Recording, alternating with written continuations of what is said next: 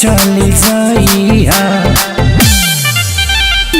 ए हो भर सामो नजरी के सोझा जनिया हो सके तो धनी नहीं हार चली जाइया हो महादेव के शरणिया में कुछ दिन रहा।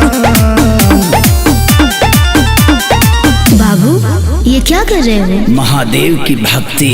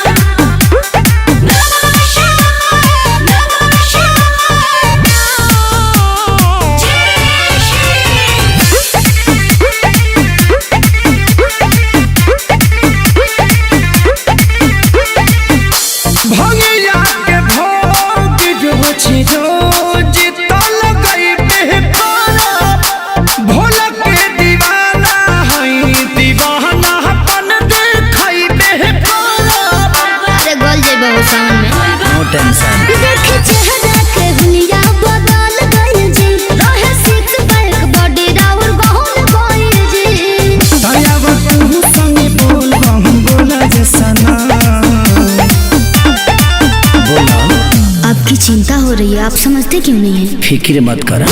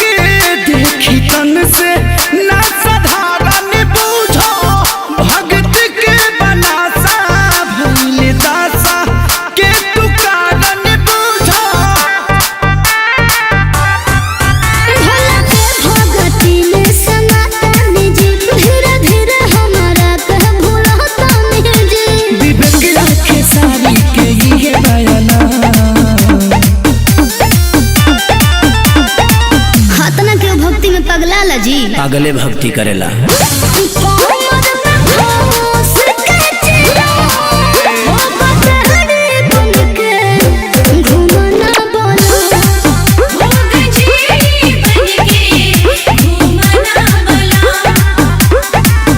सावन भर पी लेवे दे।